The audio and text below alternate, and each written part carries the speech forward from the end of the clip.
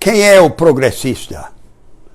Quem é de esquerda ou de centro-esquerda?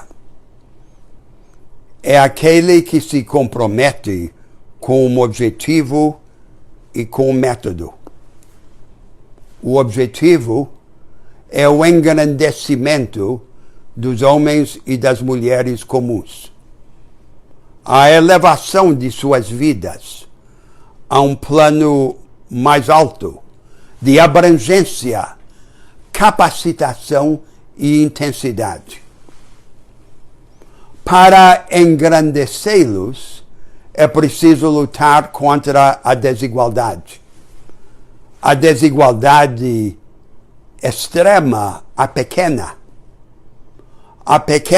as suas vítimas e também os seus aproveitadores. Mas a luta contra a desigualdade deve ser entendida como apenas acessória ao objetivo maior do engrandecimento. A grandeza é a ideia central da política. O que distingue o progressista é que ele quer uma grandeza compartilhada, para que todos se engrandeçam juntos. Ele não quer a grandeza na forma da subjugação de uns por outros. Se o engrandecimento é o objetivo, o meio, o método, a prática, é a mudança estrutural. A inovação nas instituições econômicas e políticas, que determinam as chances de cada um para ascender e tornar-se maior. As instituições que formam as rotinas de uma sociedade e que representam o seu destino. O pensamento transformador e a prática transformadora são um antidestino. Mas não é esta a ideia que hoje predomina no mundo do que significa ser progressista ou de esquerda. A ideia predominante hoje é paradoxal. Ela diz que o objetivo do progressista ou do militante de esquerda ou de centro-esquerda é promover a igualdade.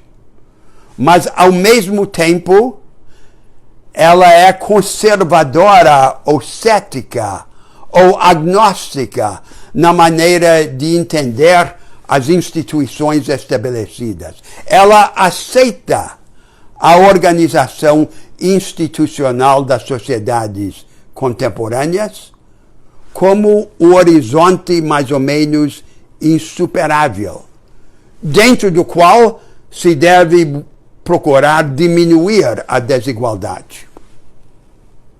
O que significa esta justaposição de fé igualitária com conservadorismo institucional? O seu resíduo pragmático é organizar a política e o pensamento de esquerda em torno de uma prática de humanização da ordem existente.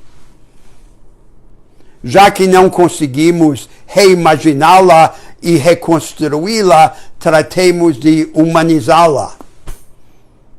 E a maneira de humanizá-la é atenuar as desigualdades por meio da tributação progressiva da renda e da riqueza de um lado e do gasto redistribuidor, o gasto social redistribuidor de outro lado. É a humanização do inevitável.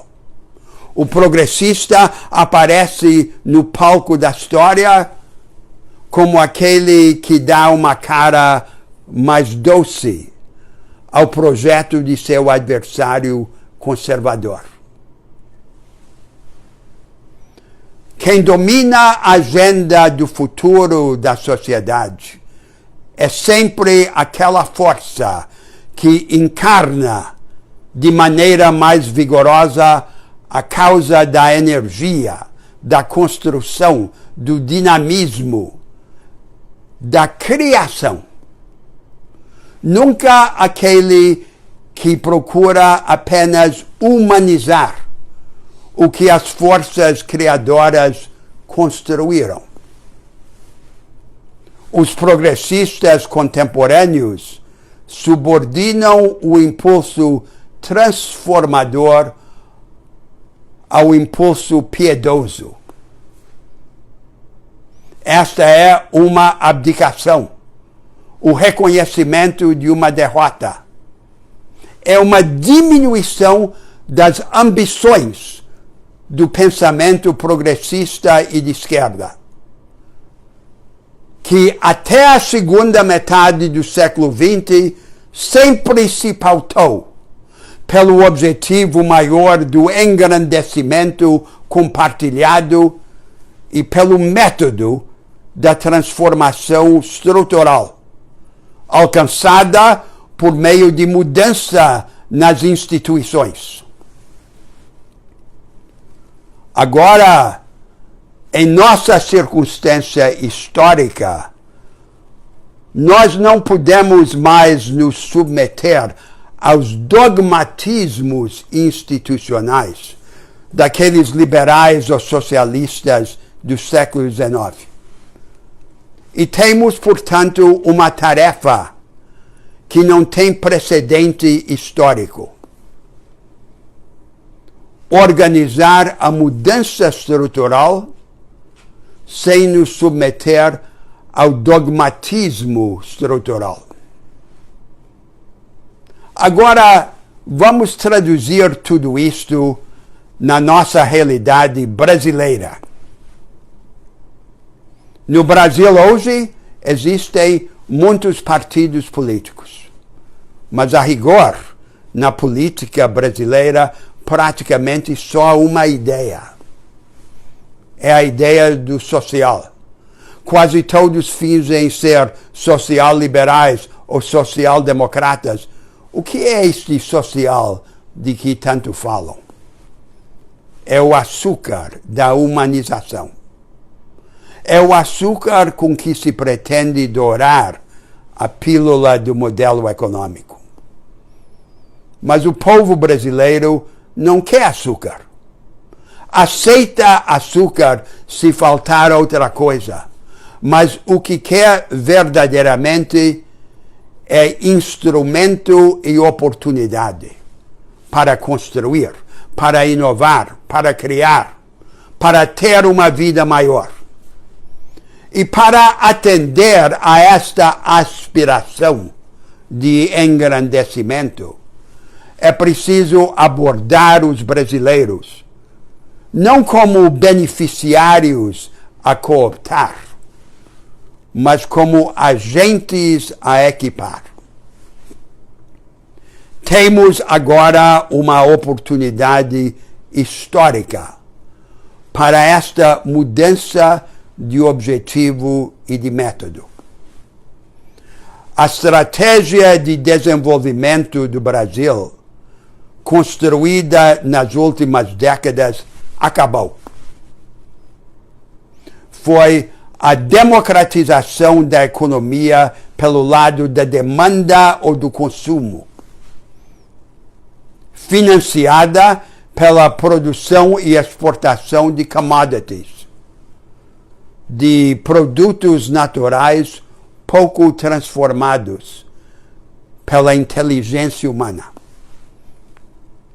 Mais uma aposta na longa série de apostas em nossa história nacional, na riqueza fácil da natureza, em vez da riqueza difícil da inteligência. Mas só a inteligência salva. Agora, a nação precisa de outra estratégia de desenvolvimento. Uma estratégia que democratize nossa economia e nossa sociedade do lado da oferta, da produção e das capacitações. E, portanto, uma estratégia que qualifique e, ao mesmo tempo, democratize a produção no Brasil. A sua contraparte indispensável é uma revolução no ensino e um aprofundamento na democracia brasileira. Uma transformação que levante o Brasil e que dispense o açúcar em favor do equipamento, da oportunidade, da capacitação, da grandeza compartilhada. Quanto tempo?